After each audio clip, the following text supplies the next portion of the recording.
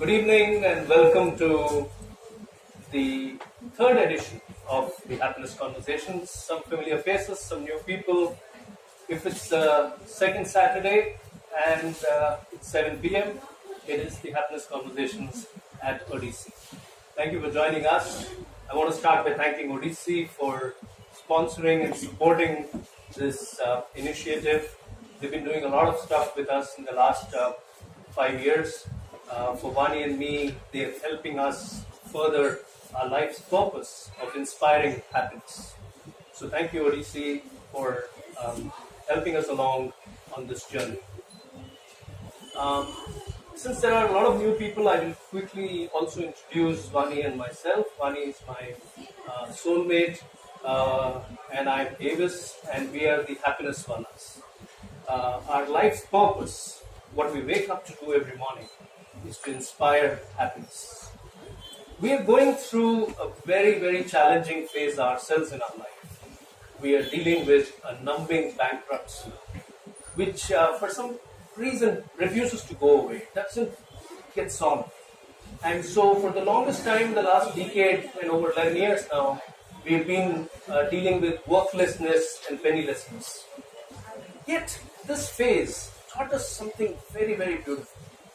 It taught us that life has to be faced. No matter what, we have to turn around and face life. We have to look it in the eye.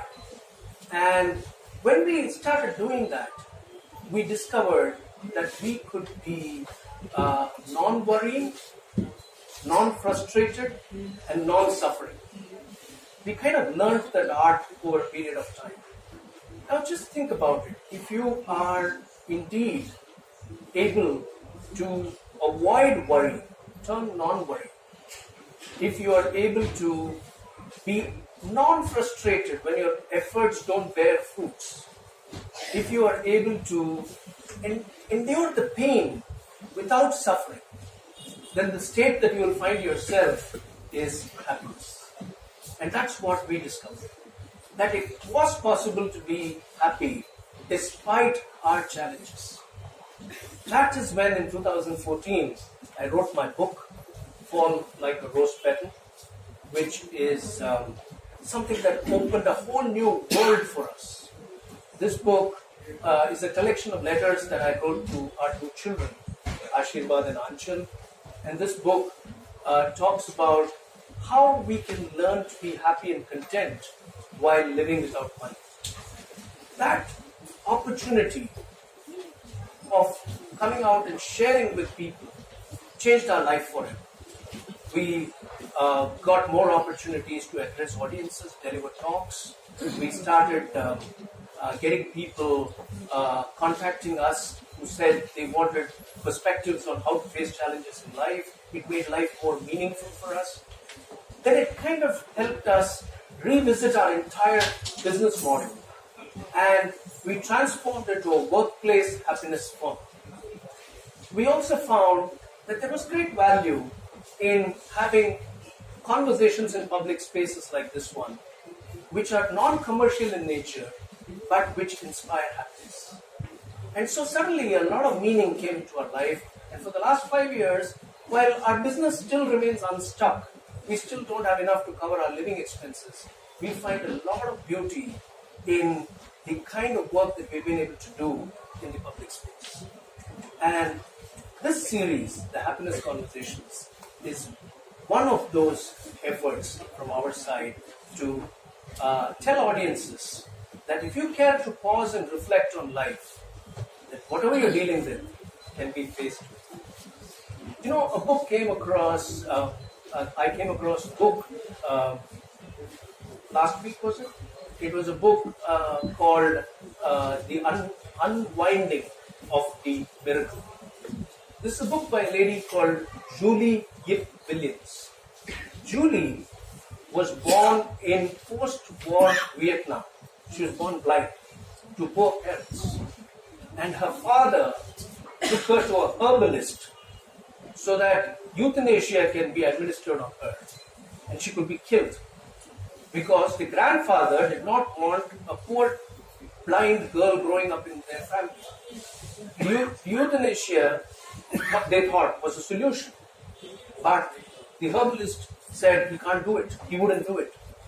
The family escaped from Vietnam in a leaky boat. They almost drowned and everyone survived. So Julie didn't die. She didn't die because of her blindness. She didn't die because the herbalist was called in to administer euthanasia. She survived a leaky boat ride out of Vietnam. And where does she land? She lands in the United States. She lands in the United States. A few years later, she goes on to get her eyes treated when she was an adolescent, and partially her vision is restored. She goes on to Harvard Law School and graduates in law and works at a law firm doing mergers and acquisitions. Meets her husband, Josh. They have 2 beautiful children. And then at the age of 37, in 2013, Julie has colon cancer. She's diagnosed with colon cancer. She passed away last year at the age of 42 in April 2018. 5 years battling with the disease. But in those 5 years, she wrote the book, The Unwinding of the Miracle. And she says that the central idea of the book is live when you are living. உயிர் உள்ளபோது வாழுங்க. சந்தோஷமா வாழுங்க. Her idea of happiness is graceful acceptance of what you can control and what you can't control. That's all there is to life. Some parts you can control and some parts you cannot control. And அதோட graceful acceptance தான் வாழ்க்கையோட beauty. How does this graceful acceptance come? Vaani and I have discovered it comes from non-worrying, non-frustration and non-suffering. When you are in these 3 states, you can only be happy. And that's really what the happiness conversation is all about. It's about living life fully, despite your problems, with what is. எது இருக்கோ, எப்படி இருக்கோ, அதை வெச்சுக்கிட்டு எப்படி வாழணும். That's what this series tries to explore. And we have 2 beautiful, wonderful ladies joining us this evening. Uma Satyanarayanan, the wonderful, renowned dancer, and the much celebrated, acclaimed writer, journalist, Shobha. The 2 of them are here, and we're very, very grateful to you for accepting our invitation and being here. This promises to be a fantastic evening because I'm drawing a lot of positive energy from a lot of you out there. So thank you so much for being here. I'll let Vaani now quickly introduce one of the guests and then I'll pick up from there. Yeah. Hi everyone. I want to introduce Uma Satyanarayana. Uma, as you all know, is a renowned dancer. But I want to tell you how I know Uma because I think that's more meaningful. So Uma, of course, I've seen her perform and she's on stage, but I know her more as Uma Akka, thanks to my daughter Anchal, who is also learning from the same guru, Padma Shri Dr. Chitra Vikreshwaran. And so I was constantly fed stories of Uma Akka does this and Uma Akka is, so graceful and she dances so well. And so, of course, I had seen her perform, but, all the backstories of what was happening within the Chidambaram Academy of Performing Arts was given to me. And so, my adoration of Uma grew through Anchal.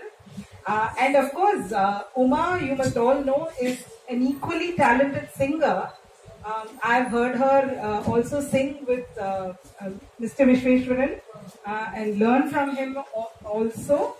And so I've been to her beautiful wedding at the Palm Grove Hotel, and I knew her husband Sathya very well. And I have to tell you this, that once when she was performing in Bharati Vidya Bhavan, I was standing on the last line, behind the last line, and Sathya incidentally was standing next to me, and he did tell me that he adores you because of who you are as a dancer. And I said, oh, she's amazing, isn't she? And he said, yes. Why do you think I love her so much? So that's how we know Uma and Sathya. That's the introduction that I would like to give about you. So, as perhaps many of you know who have received the invitation, Satya passed away in a tragic accident in January 2012, and for Uma, her art, her dance came to her rescue. To her, her entire being is soaked in her dance. Would I be saying right in saying that? Yeah. And so she turned to her dance, and that process of offering herself to her art has helped her cope with this loss. And we are here to explore that journey this evening. So thank you so much. I know this is going to be difficult for you and for Uma's parents who are here. But it's from our lived experiences. If somebody out there who's dealing with a crisis can get inspired, that's really what we're trying to do here. Yeah. Shobha here is a very old friend of ours. We know her for almost like 20 plus years, right? But she has many distinctions. She is 38 years now, from 1981 to now as a writer, journalist, right? And three decades. So she's been a writer and a journalist. She was among the first people in India to embrace the internet because she joined rediff.com in 1995, and it's 24 years now that she's been writing for that portal. It was among India's first internet portals, news, not just news, but internet portals. It was among the first. Ajit Balakrishnan set it up. What a visionary.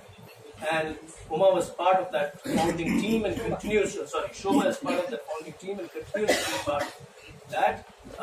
She's written 7 books, and 2 of her books are here with me, which are my favorite, which is the Dreamchasers series. Saraswati somewhere sitting here, you have to give me a hug at the end of this for promoting Vithasta's books. Okay, so Vithasta is the publisher, and these are 2 wonderful books, which to me, I also come from a writing background, from a journalism background, so I can tell you that these are very well researched books. These talk about entrepreneurs, South Indian entrepreneurs who are both men and women, and their startup journeys and what they have created over the last 25 years. That's really what she has researched, and both these works of art came up after she lost her dear husband and a dear friend, Soman. On August 15, 2013, Uma and Soman received Shobha, why am I saying Shobha and Soman received the news that Soman was diagnosed with 4th stage cancer, metastasis had set in, and time was limited. It must have been very difficult coping with that sudden news coming to you, and then dealing with the next few months, which were actually counting down to a deadline, which ended in February 2014 when Soman passed away. It was difficult for Uma, for Shobha, and she dealt with it with immersing herself in what she loved doing, which is writing. So, thank you, Shobha, for joining us, and Uma for joining us. We are going to explore how really that journey has been and how art helps us in life in coping with a crisis, how we can discover ourselves, and how we can evolve as human beings through our own catharsis. That's really what we are set out to explore this evening. Right? Are we all set? Yeah? So you can pick up the mics and turn them on. I'm sorry, for some reason I think my concentration lapses, so I kept referring to Uma instead of Shobha. But I'm grounded, I'm accurate, so I think we'll do fine for the rest of the evening. So let me start possibly by asking the first question, which address both of you so you can take turns talking about it. So the first question really is, you, Uma, for you it happened in 2012, so it's 7 years already. And for you it happened in 2014, but 5.5 years if you take it from the time of the diagnosis. So how has your outlook to life changed in these years? Which is, what do you think life is now when you look back, when you reflect? How do you understand what life is differently from what you perhaps thought it was?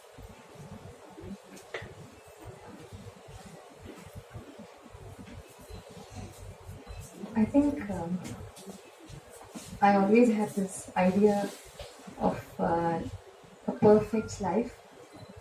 We all have different ideas of this is how a life should be. This is what is called a perfect life. But what I realized over the years is that life is what we make. Perfection is a process. So there's nothing, if we think this is what is perfect and we don't reach there, that's when we really suffer a lot. So the best thing for us is to believe that this is perfect. And that's what I realized, that happiness, or say life being perfect, is a very relative term, and what we are today is part of a very big plan. So this is perfect. This moment is perfect. That's what you've learned. Wonderful. Thank you. Such a deep, insightful perspective. It's a new journey, I feel, because I got married as a teenager, that is a 19-year-old. So after studies, I literally grew up with Soman. It was like that. So for the first time, actually, now I'm alone as an adult, my life. So it's a new journey for me. I'm trying to understand myself, life, also doing so many things which I have not done earlier, because I hate going to the bank. Because he was a banker, I never entered a bank. And finance also was something I really never liked. So for the first time in my life, I had to start looking at numbers and going to the bank. So it's a totally different journey for me, a new journey. I'm understanding the life, new life. Very, very powerful there again. I mean, can you imagine, we all cope with change so badly, all of us. And for somebody well past her 50s when this happened, 53, you were 53 when this happened, for you to say that it's a new journey and I'm beginning to pick up the threads of it with acceptance. That's what I'm hearing you say. You must have struggled with it, but very much, a lot of struggle, especially doing the things outside, and it's a lonely journey for me. Right. Because till then I had a partner, and for the first time in my life, I'm at home all alone. I have to think what I have to do next.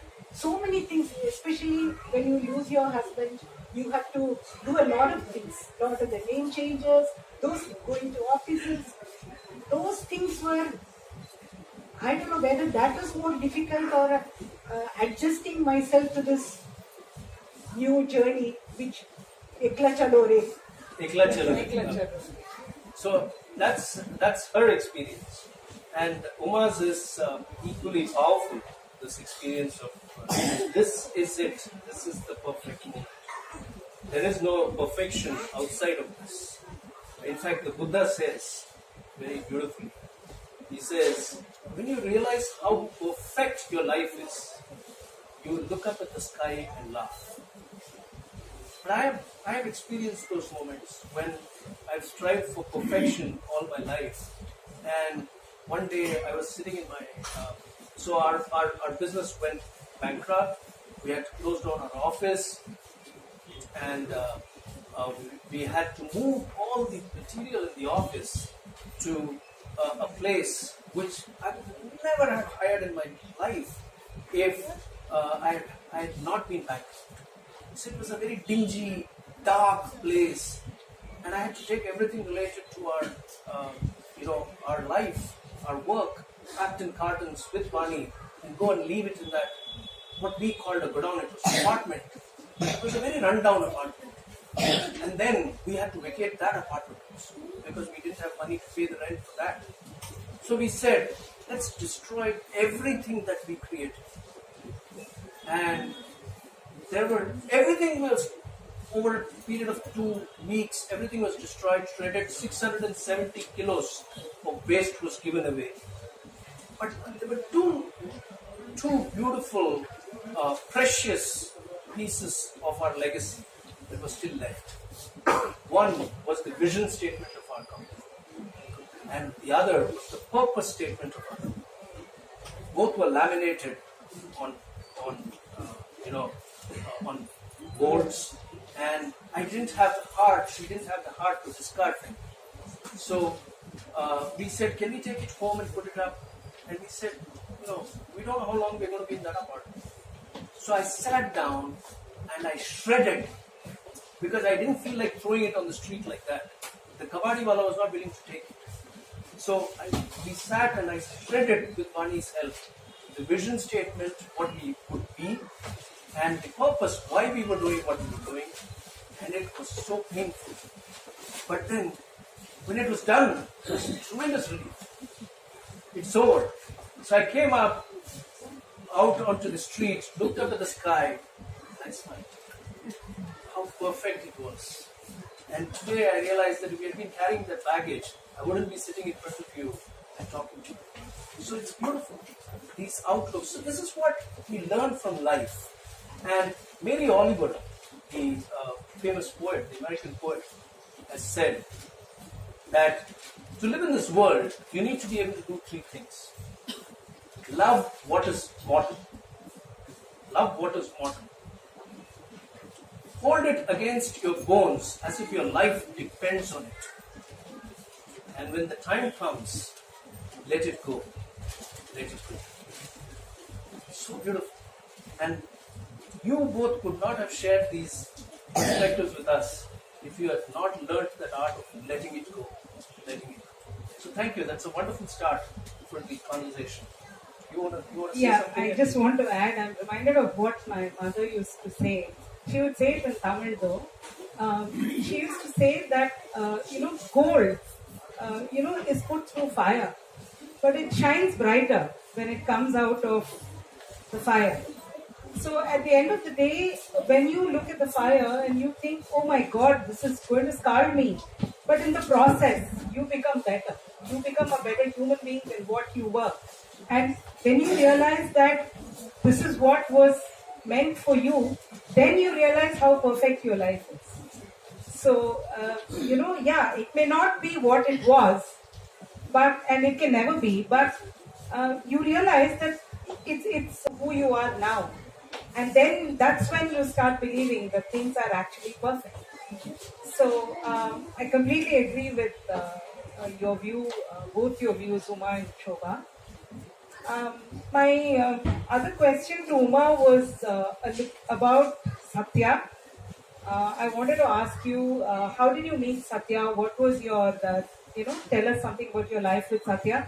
And also, what was your biggest learning from that life together or from him? Okay, so basically we met through this website, jeevansathi.com. Oh, Yeah. And I think my parents were looking at some options, and then we said, okay, why don't you look at these few options? So. And then we exchanged emails, and then we decided to meet. We met a couple of times, and then it seemed like we were on similar pages in some ways. And then we decided maybe we should take it forward, and then we told our parents about it, and pretty much it was smooth. And I think what I learned probably in those few years, we were married for 6 years. Yeah. So what I learned from him is something which not everybody would want to learn from a marriage because the marriage is all about attachment, but I learned how to be detached because I learned detached attachment because that's how he was.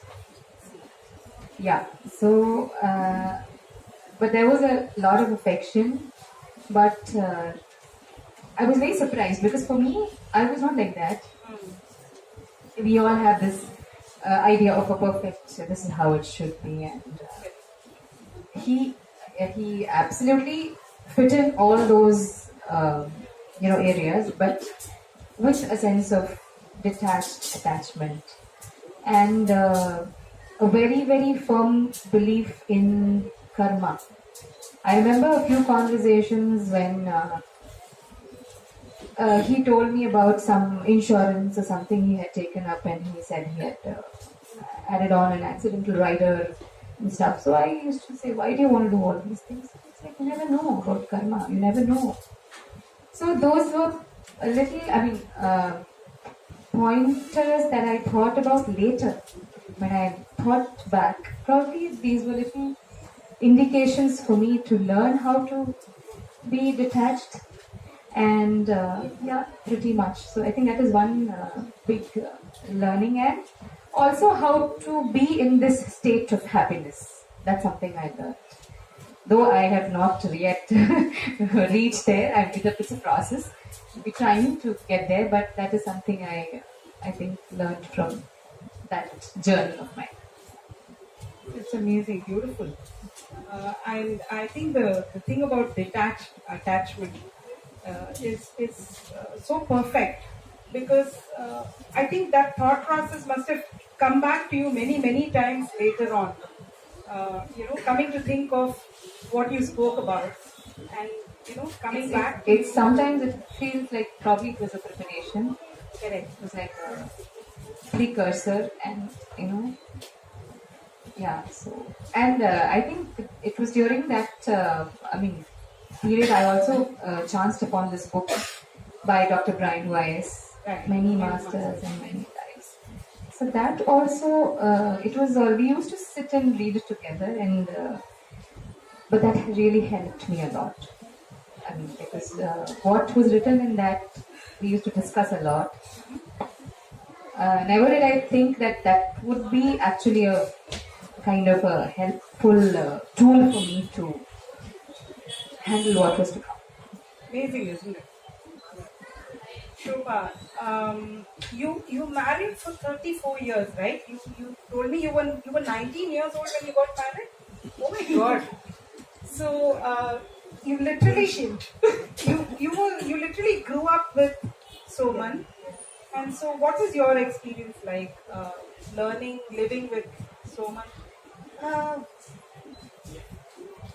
Living with him, he was more of a friend to me than a husband actually. We used to talk about all sorts of things, from books to music to philosophy to Sartre to everything. Till initial years I can say that we used to talk till 1 o'clock, 2 o'clock. You may wonder what is these two people who have been living together have to talk. Just all sorts of things about life, so many things actually. We were talking, and then we used to make black coffee at night and then have black coffee, and then who's going to make black coffee. So one person will go and make the black coffee, we'll drink, we'll talk till 1 o'clock, 2 o'clock, sometimes even 3 o'clock. That is how actually we understood each other, learned about the other person, because we didn't know each other before. But somehow it turned out that we became very good friends. He was more than my husband, he was my friend actually. What she said, that detached, Soman was that kind of a person. He was detached from everything. I'm not that kind of a person, but he was detached from, sometimes I used to get really angry for him being so detached about everything. He has no ambitions, he has no likes, no dislikes, nothing. Nirvana. That was how he was. No, I didn't learn that. I am attached to, but he was attached to me. In fact, he used to, I don't know, I am also not like that.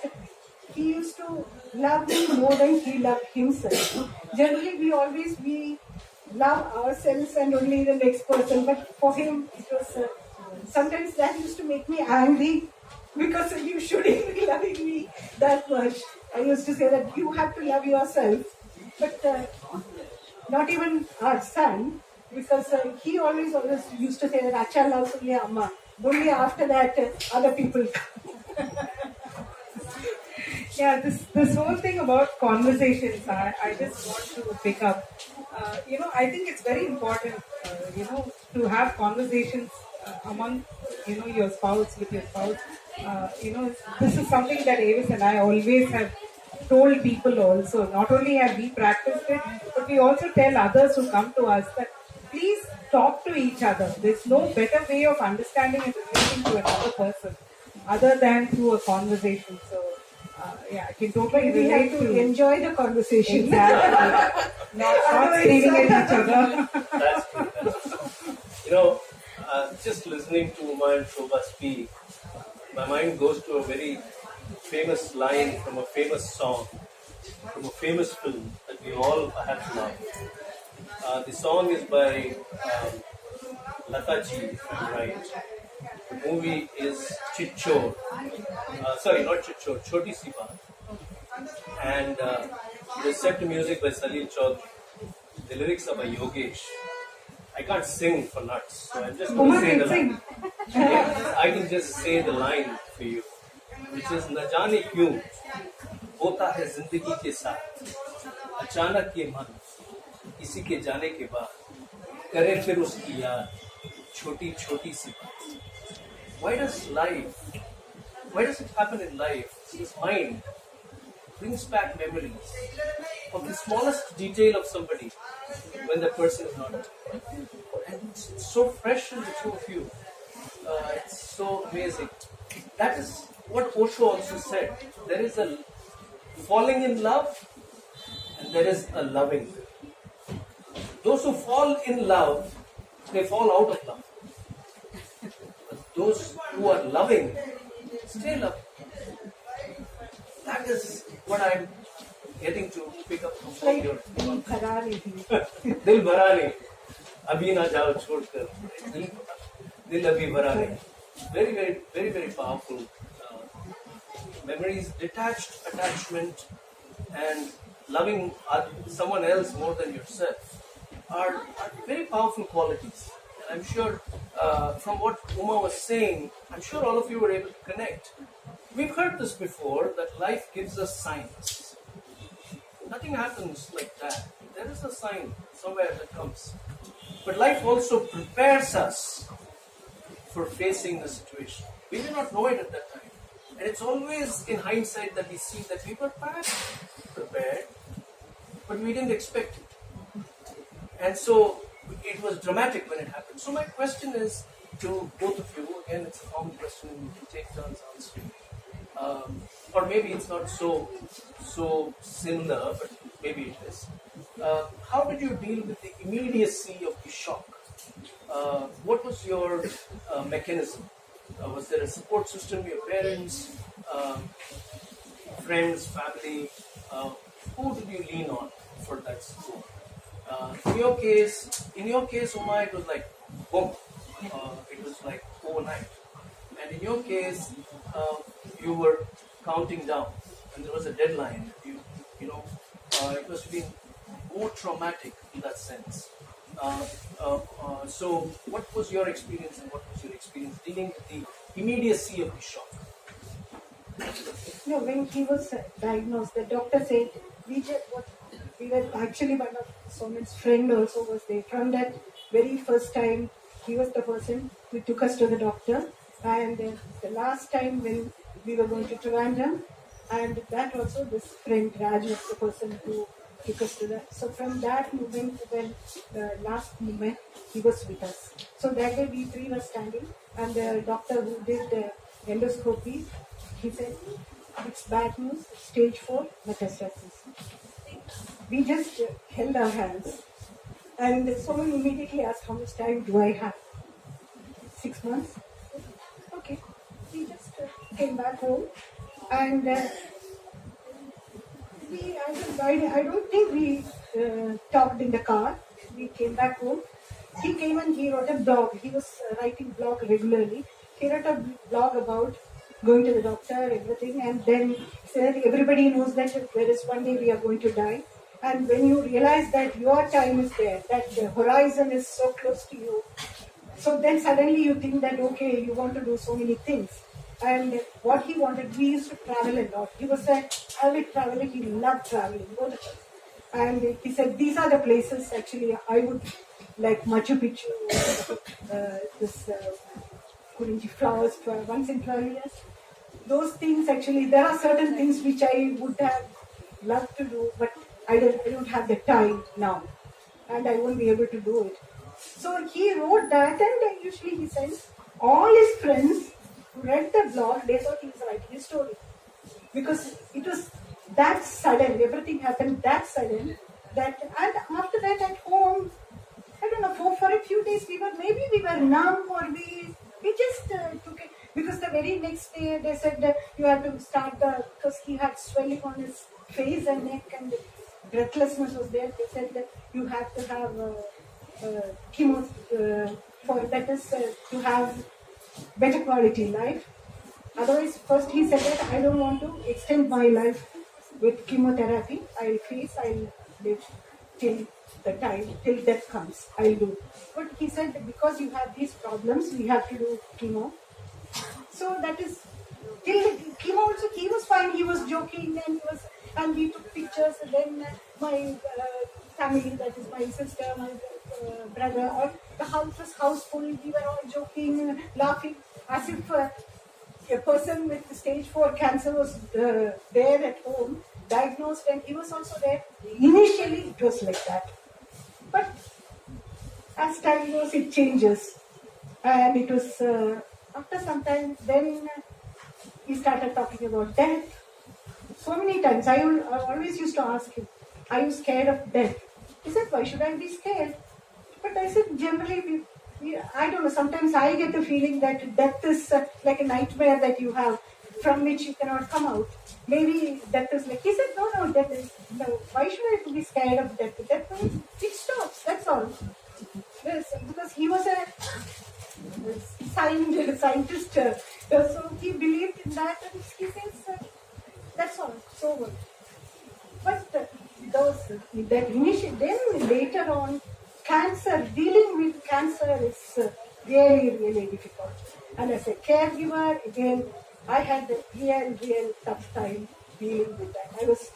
I was working in the sense, working because I want something to take my mind off cancer. Because initially it was all fine. After 1, 2, 3 cancer, it was his health was also deteriorating, and he was just sitting at the bed and reading. And always joking also. That as usual, he always had a huge number of jokes which he repeated several times. So I always used to tell him, this is the 25th time you are telling me.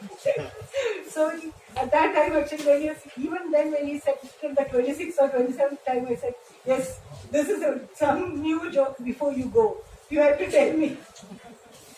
And then I had difficulty. That was when Rangaji came to counsel Soman, but he refused. He didn't even speak to her. So finally it was me she was counseling, because I had all this, I don't know what it was. It was very, very difficult. So there is a painful practicality that I'm seeing. There is a practical element of facing death head on. So joking about it and taking it in this stride, but there is a painful element of dealing with a disease and the thought of letting go somebody that has been with you. So there is a painful practicality. It was not letting go was not the difficult part. For me and for Soman also, undergoing cancer, that was the most difficult part. Actually I was feeling too. I was praying to God to give him moksha. That is, let him not suffer. I don't want him to suffer. That was what was in my mind. Painful practicality, very powerfully expressed. Your experience? Yeah, so for me, obviously, it was completely unexpected. Yes, because you just he was going. He was an avid wildlife guy. He was in love with wildlife and Himalayas and yoga and all of that. Amidst all his banking work, he would somehow find time. That is one thing I think both of us had in common because we were passionate about something. So we would kind of, tell each other what we like to do, and so that was the passion drove us, in different directions. But we knew what the other person wanted and what the other person was passionate about. So, following that passion, he was traveling to a wildlife sanctuary, and generally, I would not advise them to take the night travel. But he was a safe driver basically, so he said, "Don't worry, we'll manage." He and his friend. So then they drove all night very safely, and then the next morning, I get this news. Somebody comes home and says that we need your ration card. So that was very surprising. Why would somebody come and ask for a ration card? Then, and because I was trying his number just to check whether he's reached or not, and he hadn't responded. So it was a little alarming. But then I was like, okay, maybe that happens, when you in the middle of something you're reaching, and then this man comes and then he's all jittery and he's asking for the ration card, and then we had a doubt, why is this happening?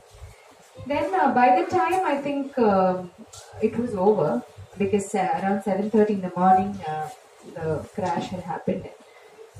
So basically, I very surprisingly that morning I got up with a dream where he was bidding me goodbye. So that's again, there is some connection. And I was, okay, what? It's a very stupid dream. I mean, why would I dream something like that? And then at 10:30, this man comes and then says this. And then slowly the news was, everybody else knew about it except me and my mother-in-law. We went to then I was told that he's very serious, but we don't know. That's all. So by that time, I knew from people around, I could figure out that there was something wrong. Because the moment there was a call, they would just walk away from me and receive the call and come back. So when I was watching all that, I had a slight suspicion. So I started preparing myself. I said, okay, this might not be a very good news. So if that is the case, what is my next step? That was my thought. Actually, I was standing in the airport, and when I was seeing all this happening, the thought that was going in my mind was, okay, if this is what is the news, what about Sahasra? What is next? My daughter. What is my next step going to be if this is going to be the news? But still, we went inside, and then finally when the news was broken, there is a moment of disbelief and shock. But I knew that, I don't know whether I knew, but I believed that I couldn't have broken down very much, because a whole lot of people around me, I think, were more affected. I mean, I'm not saying I was less affected, but I knew that I had a child looking up at me, and I couldn't have let myself break down so much. So I gathered myself up. I did go to Madurai. I did something that none of us would generally imagine, to get your dear one's body from a mortuary. He picked it up and then drove all the way back to Chennai. So yes, it was a quite a shocking thing, but I was numb for a very, very long time. And I was having that brave face, and I didn't want anybody to sympathize with me. So, but healing is a process. It doesn't happen. We'll come to that healing exactly. part. We'll come to that healing part. But thank you for being so honest, both of you. So uh, uh, you know, so willing to share this with us. What I'm picking up between both responses is a magical word that we all think we don't have. It's not just a word, it's a quality. We all have it. And that is called resilience. The painful practicality, dealing with it. The numbness that she talks about. But at the same time, the mind is racing forward. What next? What are we going to do? There is a practicality that comes in. That's what resilience is all about. Now we are all endowed with resilience. நம்மளால தாங்க முடியும். தாங்க முடியாதுன்னு நினைச்சிட்டு இருக்கோம். நம்ம எப்படின்னா அந்த கோவில் யானை மாதிரி. We are like the temple elephant. You see, an elephant in the wilderness has the enormous capability to lift weight beyond its own, appearance. 7,000, 8,000 kilos எல்லாம் லேசில் தூக்கிடும் யானை.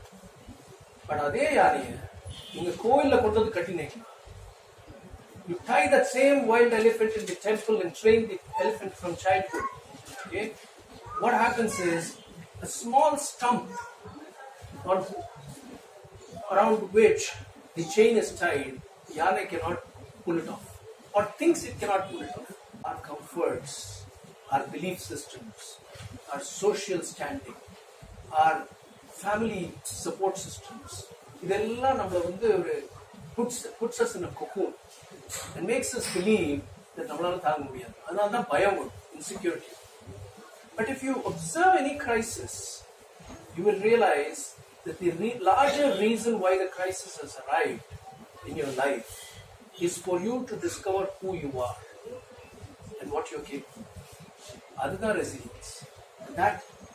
That is why we specifically asked this question, because we knew somewhere deep within us that both of you have that quality. We don't set up our questions by the way. We wanted to be very spontaneous. So we did ask that because we wanted this learning to be taken. And we are resilient creatures. We've been endowed with that quality, and it will be deployed when you are ready to deploy. From somewhere you get the strength. That's It right. comes. That's Because I was one person who was so scared of hospitals. Every time I had to visit somebody, I used to faint. That kind of a person was I. And I was taking my husband there, running around without fainting, not even once. Such a strong person. I don't know from where I got the strength. I had to do it. I did it. That is amazing, isn't it? Avis always gives this example about resilience. We talk about it like how the mobile phones, all mobile phones, smartphones these days come with Bluetooth. Okay, you don't necessarily have to get something from outside. It's there in your phone. All you have to do is switch it on and it works. So, the crisis actually does that for you. It turns your resilience switch on. And then you realize, oh, I actually have it. So, that's what happens. But actually, taking off from what you were saying, Uma, about healing, I definitely, Avis and I believe that a lot of your healing and Shobha's healing has come about through your own art. It's not just something that we think. We know that it has been proven that art heals people. In fact, our own daughter is training to be a dance and movement therapist. And there's a huge connection between the body, mind, and the soul. So, when you went through a cathartic experience, how did you when you returned to your dance? I'm not saying you were away from your dance, but when you came back after a painful experience, how was your relationship with your art? Who prodded you to come back and immerse yourself in your art? That's one. And secondly, did pain play a role in that? Did it feel different when you came back to dancing and singing? Actually, to be very frank, after this happened, there was a time, there was a period of time when I didn't want to do anything. I think we all go through that.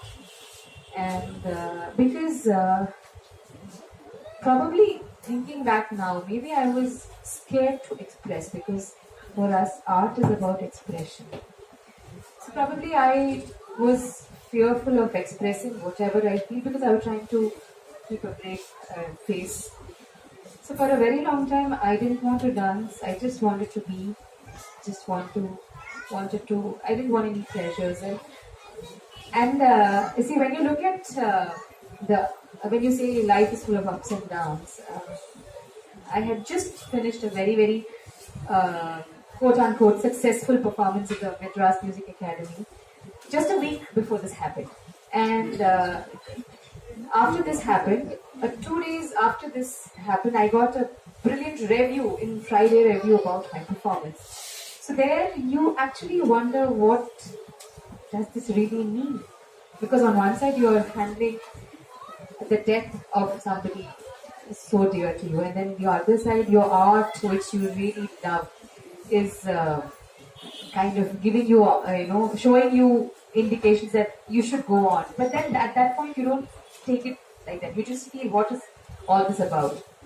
So I did have these moments of not wanting to come back to dance for some time. I didn't want to express. But then I realized, I should say my family, my parents, everyone, they just let me be. They said, you do whatever you want to. That is one way of, helping you heal. The other way was my guru, Chitra Viswanathan ji. She kept pushing me. She said, you should come back to work. Throw yourself into work. That will help you. So I took a combination of both. Sometimes I just didn't want to do anything. Sometimes I said, okay, let me try something. And I realized that where dance is concerned, when we think dance is all about expression, I think it's also a lot about control. Because there you are expressing something on, when your performance is just one aspect of the art, but when you're performing, you are actually expressing something, but at the background there is something else going on. So you learn through art, you not only learn expression, but you learn constraint and control. And then I got an opportunity to present something with a friend, dear friend Lakshmi Sathya. So we were given, I think the art fraternity was very kind. They all wanted me to come back into dancing because they had just seen me perform well, or whatever you may call it. They really felt, and so they came up with a performance where I was coupled with a friend of mine, dancer friend, and we both were working towards it. And I think that was a very good period because I was spending the time working on something new at the same time along with somebody. So it was not like a singular journey. It was, so that slowly helped me. There were moments when I would break down, but at the end of it all, I think it kind of gave me the strength to look what is beyond my immediate surroundings and look beyond that in life. I think so. Art, slowly I started coming out of that cocoon, I would say, which I had created myself. We all created for ourselves. Absolutely. Yeah. So it's not created by us. We ourselves they condition our minds that, in fact I had this thought that, oh my God, now that I'm a widow, I should not be. That same year I should not perform. I should not be wearing costume and come onto the stage. And then that myth was busted by my guru. He said, what do you mean by that? Dance is a celebration of life. So why would you stop that? And performance is just one aspect of it. So all those things were new for me. That's so how conditioned we are. So I think that helped me break out of that conditioning, and slowly I started coming out. Beautiful. Shobha, did you jump into writing immediately? Because I know your two big works, have come out very recently and much after Soman passed on. But did you jump into writing immediately, or how was your experience? The first year, 2014 February to 2015, it was very, very tough for me. Tough. Yeah. Actually, it was tougher than those 5 months I spent battling with my husband's cancer. It was there. Though actually I started working on the 13th day we had that Bali, and 15th day or something, the palliative care, Dr. Rajagopal, I told doctor that I'm going to interview you about palliative care and cancer. And then he said, you come with me, we'll go and see the doctors, patients, because they do a lot of palliative work in the interiors of Trivandrum. So he said, it is going to be very tough for you now. I said, okay, I'm coming. It was extremely tough meeting cancer patients, listening to their stories, everything. I came back. When I started writing, I was literally crying. Actually, I couldn't continue writing. But that was, then I was writing. That is, my work was going on. But that was not how that first year went. I was extremely restless. And in Trivandrum, I didn't want to come back to my home, because I was so scared of coming back here. So there at Trivandrum, in the evenings, I used to walk 1 or 2 hours. Just aimlessly I was walking. And then by late, I come back home where my mother is. I was staying with my mother. Then finally, after 2 months, I got the courage. I said, I'm coming back to my home. And that again was so difficult. I could see Soman every day. It was morning, I get up, he was not there. Then I get into the living room, I see him sitting there as usual, with his feet up, reading the newspaper. And then my coffee on the platform. Everything was so difficult. Then I ran back to Trivandrum, coming back. I was so restless, I didn't know how to handle it. Because it had become, it was like I was suffocating. I was really feeling breathless. And it was like I was in a dark room. No light, no doors, no windows, and I want to get out. I couldn't get out. And sometimes I feel I'm drowning. And that was when I called Rangaji. Rangaji, I need help. I can't, on my own, I'm not able to. And she came and we spoke about, I said, these are my, I don't know. Then she said, do this, do that. And actually I had kept, after someone passed away, I kept a lot of photos of him everywhere. Though his sister, everybody said, why do you want it? Little bit. I don't know. Instead of his absence, I kept. So one picture was both of us, and we were smiling. So Rangaji just looked at the picture and asked me, do you think Soman will be happy seeing you like this? It was like she was hitting me with a hammer, and I really woke up. Yes. And then because when he was ill, I used to make him talk, because I said, you are going. I want to at least listen to your voice once in a while. So in those 1 year, I used to listen to his messages, and he used to sing only Hindi songs. So he used to, in those recordings, some Hindi songs and some messages. I used to listen and cry. That's all. What he was saying, it never existed. After Rangaji asked that question, suddenly it came to me. He had sung a song, that singer-song Carpenters. So in that he said, after I am gone, he said, sing of good things, not bad. Sing of happy, not sad. Sing for me and you. And then he said, try to be happy as we were when we were together. Never be unhappy. I listened to those, but it never registered me. After only when she asked me that question, yes, he wanted me to be happy. And here I am so restless and all the time crying. Whenever I think of him, it was tears. Just when I do yoga, while doing yoga, I was crying. I don't know, it was terrible. But she helped me. She opened the door for me, and after that it was like, okay. And everybody used to tell me, I used to laugh loudly. I was not laughing loudly. And then there is sadness even when you are in your eyes when you smile. I didn't know that. People tell me, but that, I changed. I knew that, yes, I can be. It was not intentionally I was unhappy. But Yeah, it's but circumstantial. circumstances, I used to watch this in movies. Like for example, in this movie Chandani, after being rejected or told off by her lover because he, became a quadriplegic, Sridevi is shown, like jumping into a dance, into a fiery dance with just an instrumental number. So I would look at that and I was wondering, what are they showing? I mean, why would somebody actually jump into an art like that? I mean, given that she's a dancer and all that, but it's strange. That was my reaction when I first saw that. But listening to both of you talk, Yeah. I'm feeling that it's actually true. That's what I mean. It's like you said. It's an expression. It's not just an expression. You said it's also about the control that it gives you.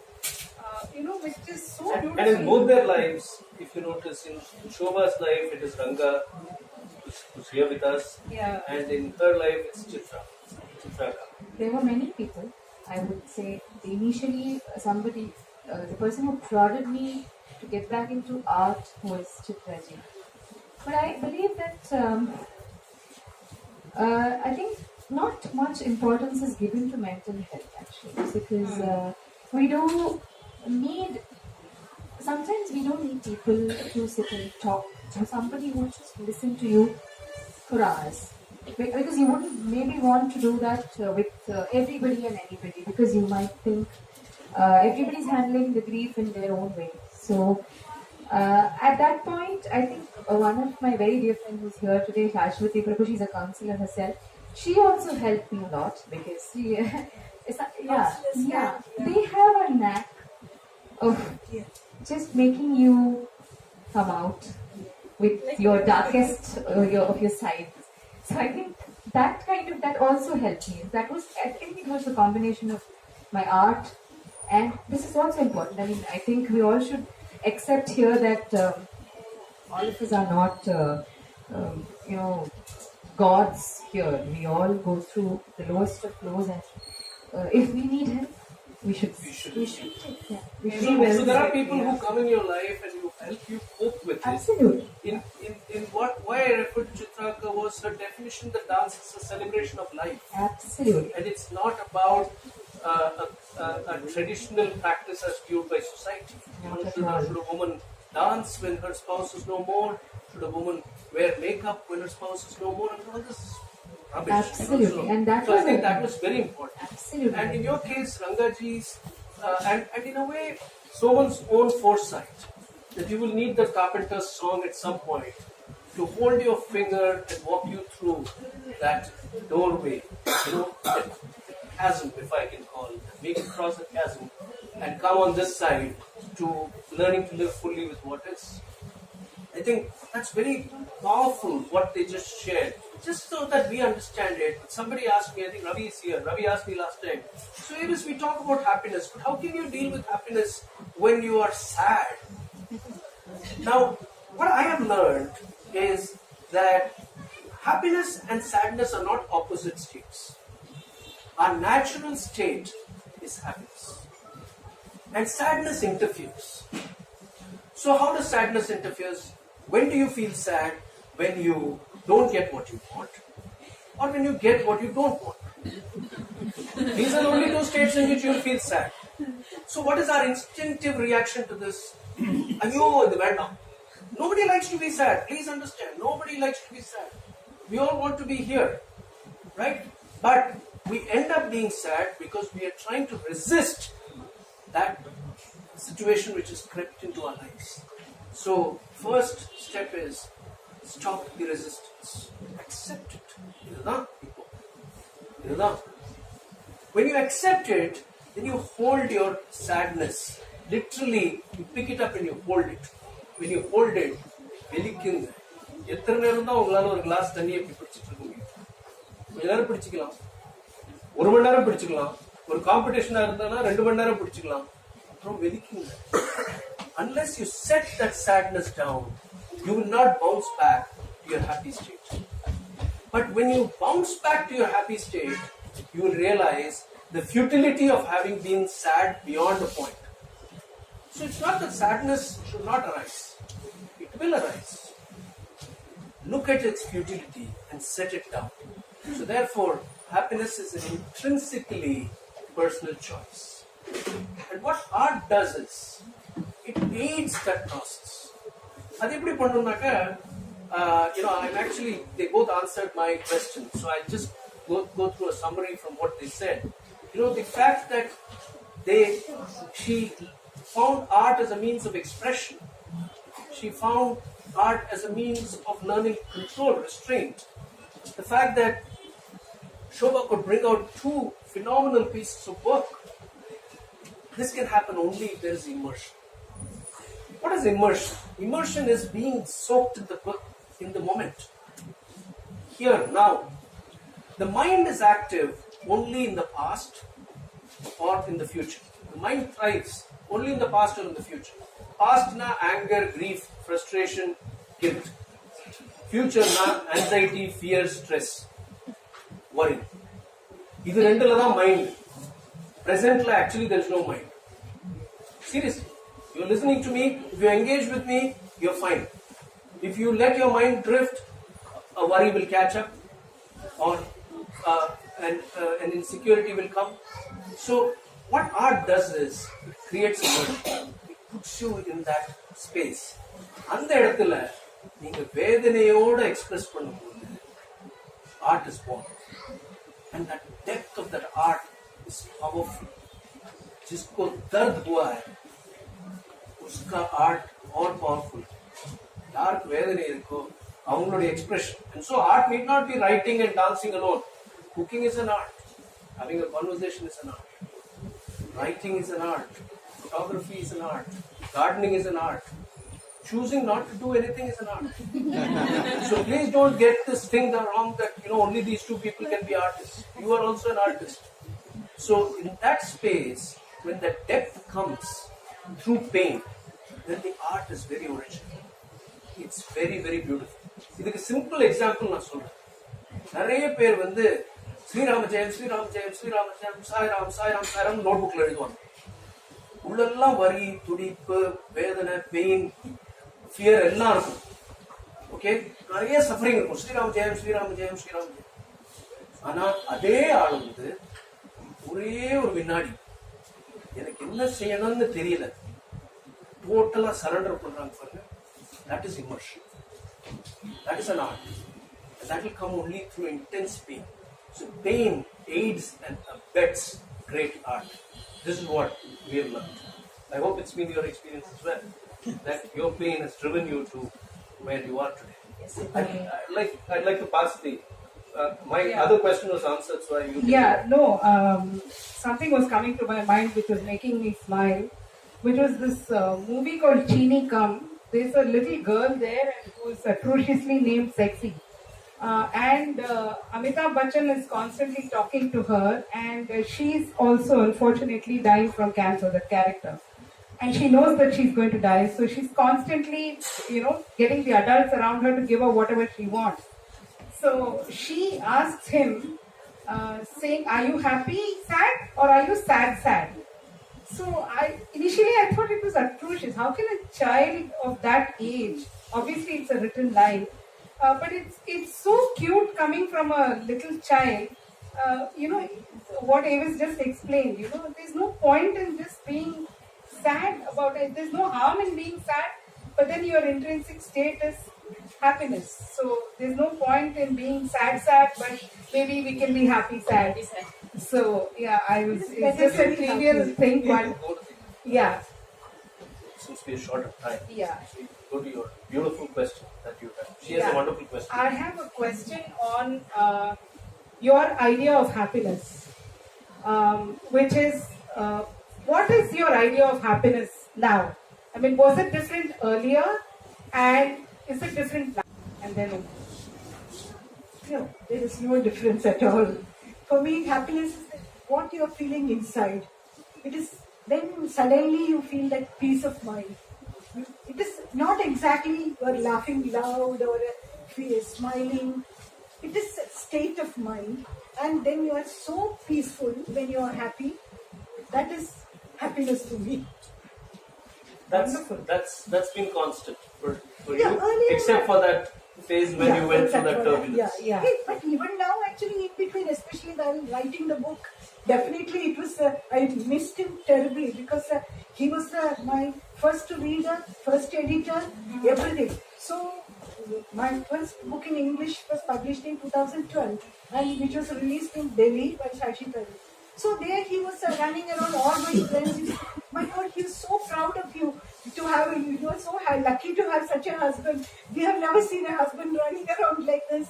And I could write again the books because the same book publisher and the editor there, they started asking me, now Shobha, you can think of writing another book.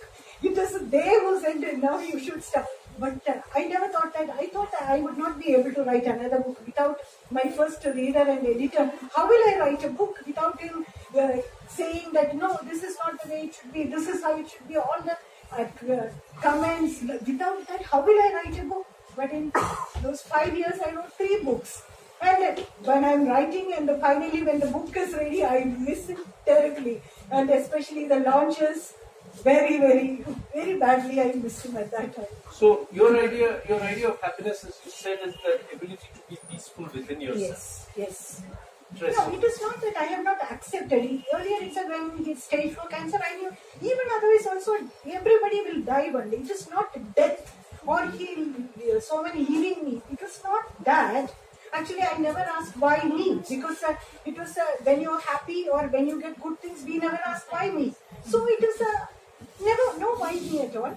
But it was not that I was not able to accept also. It was not that. It was accepting the situation where you ekla chalore. That was Learning to walk. Learning to Learning walk. Learning to walk. What is your idea of happiness?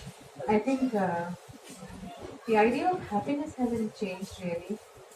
As she rightly said, I think the art of acceptance has aided in reaching that state of happiness, because acceptance is what acceptance of everything, not just good, not just the bad, but the good also. I think the good, obviously we will be happy, but then the bad things, okay, this is how it is, okay, fine. I mean, that I think acceptance and being, as you said rightly, being in the moment, today, this is what it is. I think that state of happiness, though very difficult because we are all humans, we have these ups and downs, but I think the idea has remained the same, and I think I pretty much follow that. And something that I learned is I have gained a lot of happiness doing what I love to do. And that doesn't mean that people who are around us are any less important. But when you put yourself, like you said, I think it's all about immersion. That's a very beautiful word. The art of immersion. So I have realized that when you immerse yourself in something you love to do, the state of happiness automatically. At the center of your life, your center, lies your happiness. How? Like in the epicenter of a storm, it's very calm. Within you, you are actually experiencing stillness and silence. That is your personal oasis of happiness. Despite all the problems, if you anchor and find your center, her words, find that place which is peaceful within. Her words, she loved immersion, which is the art, the writing, which makes you peaceful. When you immerse yourself and find yourself anchoring in that center, you will be unmoved. It is from that unmoved state, from that stillness, from that silence, that art flows and happiness comes. So despite all your problems, you can be happy if you find your center. Normally it's found through a meditative practice, But artists find it through dance, through music, through writing, through gardening, through cooking, through many, many, many, many ways. Sachin Tendulkar, famous example, lost his dad in the middle of the World Cup. Flew to India, finished the rides, went back. His whole family said, "How are you going to do this?" The whole team said, "You don't need to do this." And he said, "I have to do it." And he went back and he scored a century, if I remember right. And he dedicated it to his dad. That's immersion. And that's finding that center. So there's a big learning there. So your happiness comes through your personal choice by finding your center. It's been a beautiful conversation. I always feel that 90 minutes is too short, but kya kare? Humne aisa framework rakha hai, so it is like that. Now I'll open it exactly for the time that I will allow for questions before we do a summary. So anybody with questions, please ask a sharp question. If you have an observation, you can keep it for offline after we finish. We are, according to this clock, about 11 minutes away, and I think we can have 6 minutes of questions. Yes, the first question for any of them or for us.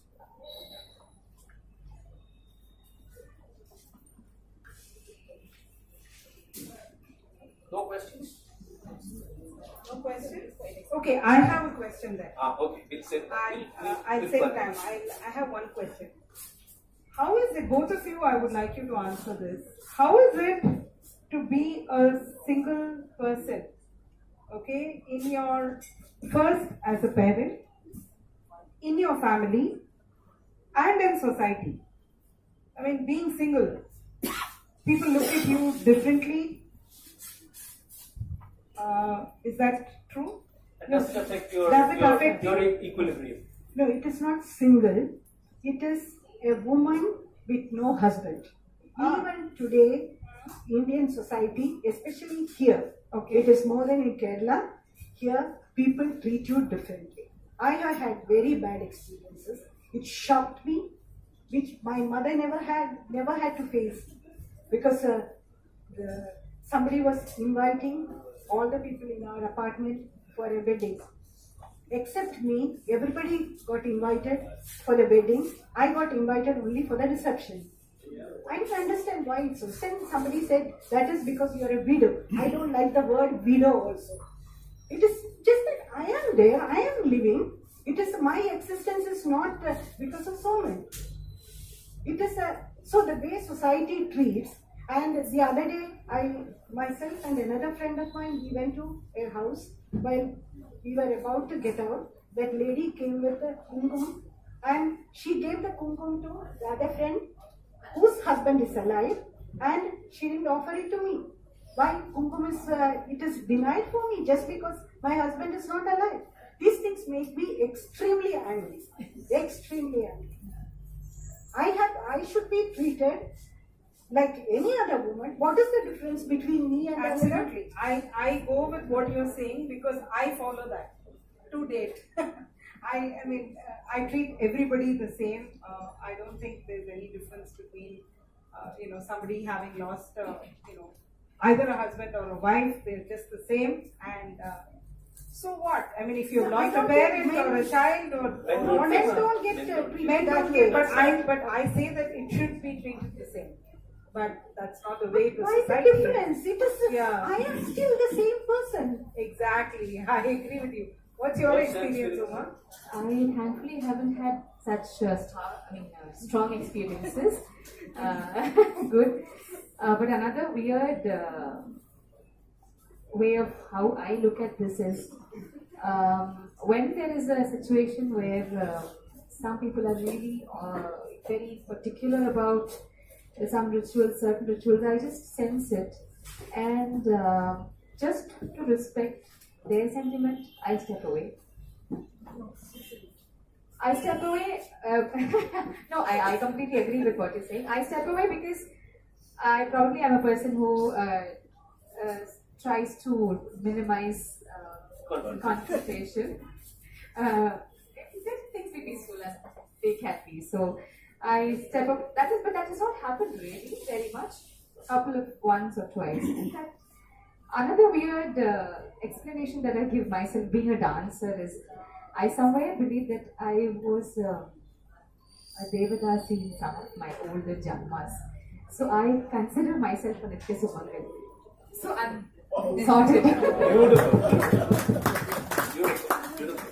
I think this presents an opportunity for at least those of us who are here and those who will watch the videos sometime to pause and think.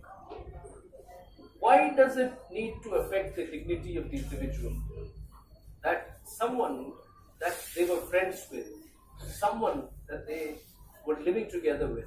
I'm not even using the word husband here, or spouse here, or wife here. Yeah. It was a natural process of life. Yeah, If exactly. everybody dies, so why happens to would you want to put down somebody for that sake? One, and in her Nitya Sumangali statement, I would actually like to give it a different perspective, and I would say that be that eternal happy person and be yourself, celebrate yourself. So it's not your Sumangali-hood alone, but your entire being that Shobha is talking about. Keep celebrating and everyone else be damned. When Sumangali here, sorry, Sumangali here comes from is this. not from the married Married, or yeah. not, but something who, somebody who believes in good vibes. Nitya Sumangal. Everything Right. should be good. Everything should That's be all. beautiful. Yes. Eternal beauty. That's the inner beauty that we're talking about, and that's very beautiful. You know, this has been a fantastic conversation. There's so many more explorations that could have been possible, but one thing that what we all need to understand, and I'm sure it must be running through your mind as well, and we often talk about it in the way we talk about it at dinner tables and at home or at our workplaces. We say that we talk about faith. And we talk about faith. So I want to just clarify here what our experience has been. I would have loved to talk about that, but because we are running out of time, I'm going to keep it very short. Whatever has to happen will happen. Such is life. To me, that is fate. So I don't explore fate beyond that. And whatever is yours, or whoever is yours, will be taken away from you at some point in the future. We are not immortals. Right? It will be gone. And therefore, you have to trust the process of life. That's the other dimension of suchness of life. Okay? So, what will happen, and whoever and whatever is yours will be taken away. Between these two dimensions of the suchness of life, lie fate and faith. So I have stopped personally looking at this as a conundrum of fate and faith. So there is no God in a person, in an external person. There is no God person that is ruling my fate. In either case, the joy is in trusting the process of life, living fully with what is. I would have loved for more conversation with the two of you, but it's beautiful that you spent so much time with us. Thank with you so much, with Soman, so much. me and Vaani. I just want to end with something which I heard this morning. Everything comes at the right time, so I heard this morning. And this is a beautiful verse by Javed, which is from this beautiful 2011 film called Zindagi Na Milegi Dobara. In a way, if you hear the stories, again, if you go back and watch the YouTube video when it is up, you will find that they were both, like many of us are, engulfed by their dark silences. Within them, they were engulfed by it. And today, their art has helped their hearts sing. So, how did this happen? And Javed Akhtar invites us, he pleads with us in a beautiful verse, of which a part I'm pretty sure I remember it, but if I don't, I pull down and took a screenshot of the lyrics as well. But it's beautiful, so let me try saying it the way I remember it. ये जो गहरे सन्नाटे हैं, वक्त ने सबको ही बांटे हैं, थोड़ा गम है सबका किस्सा, थोड़ी धूप है सबका हिस्सा, like telling you in the afternoon, थोड़ी धूप है सबका हिस्सा, आंख तेरी बेकार ही नम है, हर पल एक नया मौसम है, ऐसे पल तू क्यों खोता है, दिल आखिर तू क्यों रोता है. This is his life, where he says that the dark silences that engulf us are distributed by time to all of us. Everyone gets their share of pain. Everyone's story has got pain in it, and everyone gets their share of sunshine. Why are your eyes moist? Every moment is a new moment. Embrace that moment. Why are you losing it? Dil आखिर तू क्यों रोता है? Dear heart, why do you weep? Learn to be on a song like what we heard from Uma and Shobha. But you have to deal with it yourself. A happiness conversation can only give you a perspective, but ultimately it's a personal choice. It's a personal battle which has to be faced and which has to be forged forward with. You can't win it, so you just forge forward through acceptance, through love, through celebrating what is. That's the essence of what we had to share today with all of you. I'd like to make an announcement before I close this evening that we have two important events coming up. One is on the last Saturday of this month, which is the 30th of March. We have the Bliss Catchers, which is the 47th edition of Bliss Catchers, and we have a carpenter, a banker turned carpenter, Vinay, and a data scientist, SRK, Sudalai Rajkumar, not Shah Rukh Khan, but he's the SRK of data science. So we have these two gentlemen in conversation with us, and that's my conversation number 99 in my life, my public conversation number 99. And my 100th conversation is coming up in the Happiness Conversation series on the 13th of April, on the eve of Tamil New Year and Vishu. And we have two wonderful people in conversation with Vaani and me. That conversation is being positioned as the Happiness Conversation, AVIS Conversation number 100. And the guests are a couple, both of whom are HIV positive, and both of whom found love and meaning and happiness. Now, the wife Manu, contracted the virus from her ex-husband, who concealed the fact that he had full-blown AIDS. And the husband, Karthik, her present husband, Karthik, contracted the virus through a blood transfusion when he met with an accident. Both of them could have spent the rest of their life complaining about the lack of fair play and injustice, but both of them found each other, found love, and found happiness.